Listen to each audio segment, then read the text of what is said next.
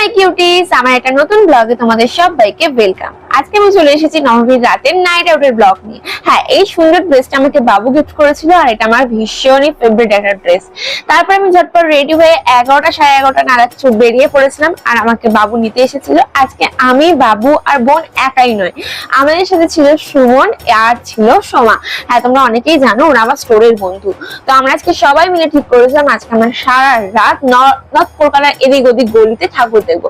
তো প্রথমেই চলে গেছিলাম এই প্যান্ডেলটা দেখতে। গাইস, বিশ্বাস করো, বাংলার ঐতিহ্যকে পুরোটা এখানে তুলে ধরা হয়েছিল। আমার তো বেশ ভালো লেগেছে প্যান্ডেলটা।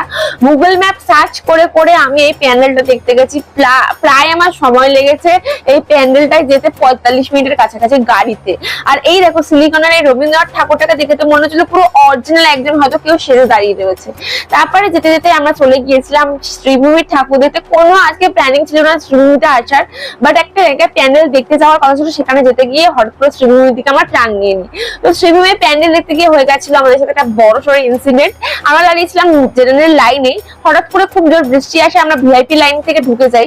ফলে আমরা ভিআইপি তে ঠাকুর দেখেছি। মাত্র আমরা শ্রীভূমিতে টাইম নিয়েছিলাম আধা ঘন্টা।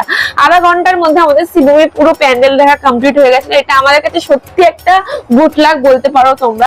আর জানো তো, আমার ভাবলেই কেমন অবাক লাগে, আমি 10 বছর রিলেশনশিপে থাকাকালীন আমি প্রথম একদমই ঠাকুর দেখতে যেতে পারিনি, কিন্তু এই লাস্ট 3 বছর আমি যা ঘুরেছি, মানে হোল নাইট ঠাকুর দেখছি প্রতিদিন। সেই ষষ্ঠী থেকে শুরু করে দশমী পার হয়ে গেল আমি ঠাকুর দেখা বন্ধ করি না। আর সব থেকে মেন আকর্ষণের প্যান্ডেল হচ্ছে এটা। আমি তো হেলমেট মাথায় দিয়ে ঠাকুরের প্যান্ডেলের ভিতরে ঢুকেছিলাম। এটা হলো নিউ টাউন সর্বজনীন, যেটা আমার অসাধারণ লেগেছে। এবছর পুজোর বেস্ট থিম বলতে পারো, এটা আমার কাছে দেখা সেরা প্যান্ডেল। আমার জাস্ট অসাধারণ লেগেছে, ডেকোরেশনটা জাস্ট অসাধারণ। চোখে এত ভালো লাগলো দেখতে, কি বলবো। ভিতরে ঢুকে তো দেখলাম আরো সুন্দর কাশফুল আর মিরর দিয়ে এত সুন্দর ডেকোরেশন, কি বলবো। খুব জোর বৃষ্টি আসে, আমার কাছে ছাতা ফাতা সমস্ত কিছু নিয়েই বেরিয়েছিলাম, কারণ জানি যে বৃষ্টি আসবে, তাই বাঙালির পুজো কেউ আটকাতে পারবে না। তারপরে চলে গেছিলাম শোভাবাজারের দিকে। আর এই জায়গাটায় এই যে প্রফেসর শঙ্কুর যে থিম, গোটা পাড়াটার মধ্যে এত সুন্দর সাজিয়েছিল, আমাদের জাস্ট অসাধারণ লেগেছে।